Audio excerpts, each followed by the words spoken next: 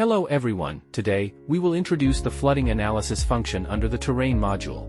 Flooding analysis is a common application in hydrogeographic information systems, used to simulate and predict areas that may be affected by inundation during flood events. To activate the function, directly search for flooding analysis in the toolbox and double-click to open the function window. Next, let's go through the parameters in the function window. The flooding analysis process is based on a DEM file. Please input the DEM data of the area to be analyzed.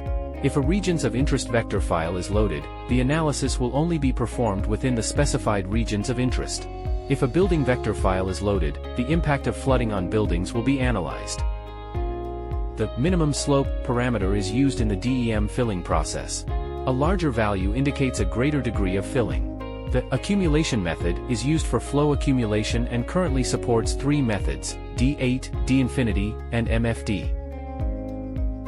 The flow threshold is used for river network extraction. Only areas with values greater than this threshold are considered likely to form rivers.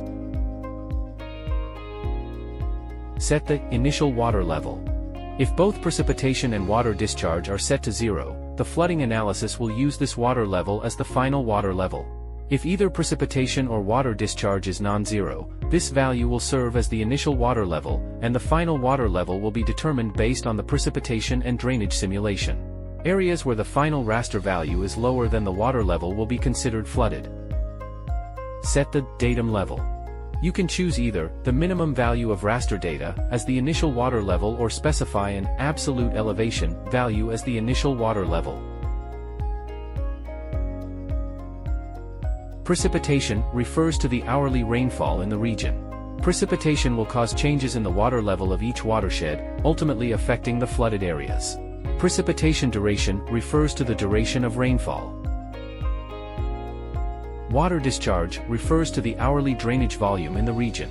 The simulation assumes that drainage and precipitation occur simultaneously, meaning the precipitation duration equals the drainage duration.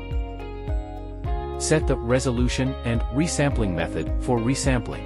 A higher resolution will yield more accurate results.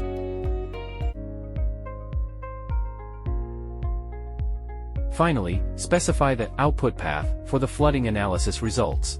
Click OK and wait for the flooding analysis simulation to complete.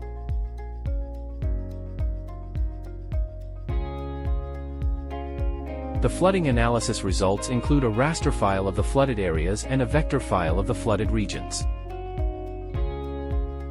The attribute table of the vector file records the area and volume of each flooded region. That concludes the introduction to the flooding analysis function. Thank you for watching.